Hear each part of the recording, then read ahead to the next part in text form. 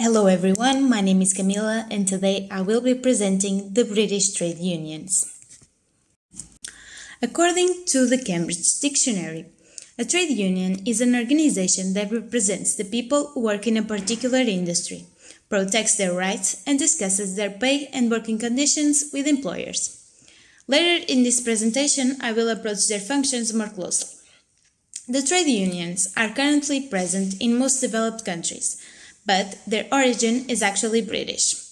However, in the present days, the Nordic countries are the ones who have a greater union density, which is the percentage of workers who are members of an union. As we can see in this chart of the website Our World in Data, it is possible to notice that Finland and Denmark have greatest union density than the United Kingdom or Portugal, which have been decreasing over the past years. In order to better understand the concept of a trade union, it is essential to have an historical context. Even though the concept of trade union has not suffered a huge change over the times, the trade union's consolidation process has gone through a great journey from the medieval times to the present days. In the medieval times, before the Industrial Revolution, the majority of the population lived in rural areas and worked the land. These people did not have wages and were in total dependence of their landlord. With the development of new agricultural practice, which increased productivity, people began to look for other jobs. At that time, in urban areas, it was possible to identify other industries as few craftsmen, such as tailors, shoemakers, and weavers. These craftsmen worked completely independently and earned their own money. Craftsmen have always had an increasing concern about the quality of their crafts and would join together in order to ensure that the new craftsmen were able to practice the craft with an adequate level of skill. These small groupings had as functions to create welfare funds, fix prices, and set wages. This was the first emergence of workers' groupings. The emergence of combinations of workers was developed alongside the industrialization process, which included population growth and urbanization. The new technological advances increased production and a greater number of unskilled workers were needed in manufactories.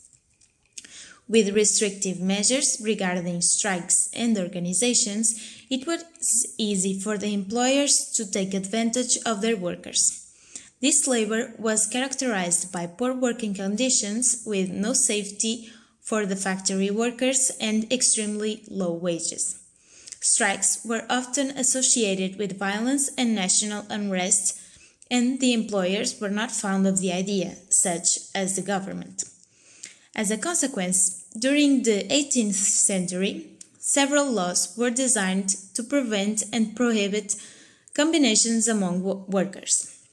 Even in the times when combinations were illegal, the workers' organization was essential to different working classes, especially to the new manufactories workers. The social unrest about unionism got worse in 1832, when 6 farmer workers were deported to the creation of a friendly society of agricultural laborers. By the middle of the 19th century, the idea that workers could get together and use weapons as a strike, riots, or protests to get better working and living conditions was on the road to consolidation. In 1971, trade unions were legalized by the Trade Union Act. After the legalization of trade unions, there was a need for the next step. The solidarity character of the trade unionism was being felt among the workers, and they began to join several trade unions. Men from different working classes or different jobs would get together to exchange ideas and promote the cause. The number of trade unions councils increased, and in the 1860s, a Royal Commission of Trade Unions and Employers Association was appointed. The purpose of this commission was to discuss the importance of the trade unions and analyze its impact on the society, which ended in a positive outcome for the trade unions. In the aftermath of this discussion, a meeting between different unionists, known as the first of the Trade Unions Congress, happened. It was established then that should be an annual meeting for the purpose of bringing the trades into closer alliance and to take action in all parliamentary matters pertaining to the general interests of the working classes. In the present days, the Trades Union Congress still represents national organization of the British trade unions. The mission of the Trade Unions Congress is to promote the better working conditions by campaigning for changes, supporting trade unions, organizing collective bargaining, creating programs to help workers, etc. Currently, there are 48 unions associated to the Trade Unions Congress in the United Kingdom. The Trade Union Congress values are focused on equality, fairness, and justice to all workers. And in its official website, it is possible to read, "We believe in solidarity, that working people can achieve more acting together than they can do on their own." And this is like a resume for the trade unionism. The political dimension of the trade unions have always been present. The primary forms of trade unions were strikes, and they were strongly associated with political unrest. And this is one of the reasons why governments suppressed the workers' combination so many times.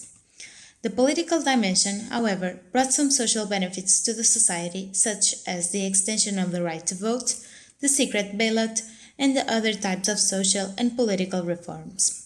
The political activism was not always a constant feature of the trade unions.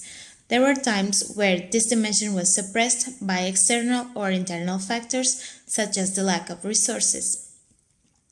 Unions have tried many times to get an official representation in Parliament. The employers needed an official and strong force in the Parliament. Trade unions first emerged in the Parliament through lit labs, which were members of trade unions which enrolled in the Parliament under the Liberal Party. However, the relation between trade unions and the Liberal Party have no future. The trade unions needed their own political space to defend their own ideals, which were different from the liberals. This failed relation led to the organization of a conference to discuss the future of the trade unions. During this conference, a new party was created, the Labour Party, which is now one of the main parties in the British Parliament. The Labour Party and the trade unions are two living entities which are always developing throughout the times. Illuminated by the British historian Andrew Thorpe, I was able to reach some conclusions about the relationship between the trade unions and the Labour Party. It is, by the beginning, of a polemic subject, since the trade unions are controversial organizations themselves. Only within the idea of trade unions, it is possible to find divergence points, such as national and local unions, general and specific trade unions, skilled and unskilled workers, working for the public or the private sector, etc.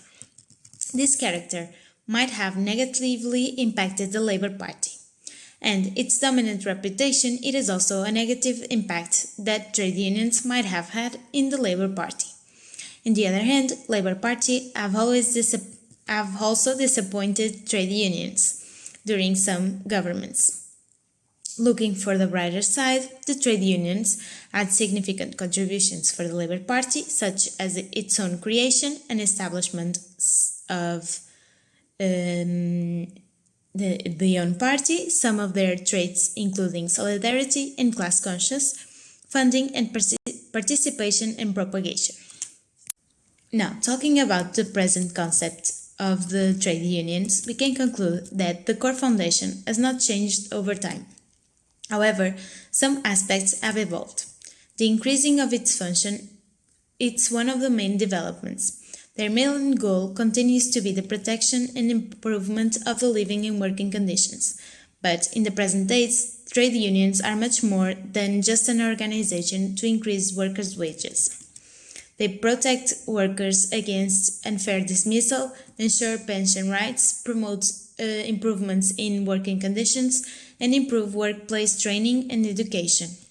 On the downside, the union density has been decreasing in the past decades due to the new labor features such as self-employment and part-time workers, the decreasing of industrialization, etc. A very interesting matter of study would be the impact of the current pandemic situation in the labor and trade unions.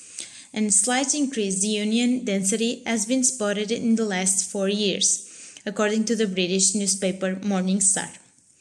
But it is still very soon to discuss the real impacts. Now, I would like to leave you with a short video from an entity who is much more capable than me to talk about the trade unions, which is the Trade Unions Congress. I hope you enjoyed my part of the presentation because I am sure that you will enjoy the rest of it. Thank you for all your attention. Oi, I saw that union guy, Ted, today. He was chatting to people in the canteen. He's looking for people to sign up, but they're asking for a monthly membership fee.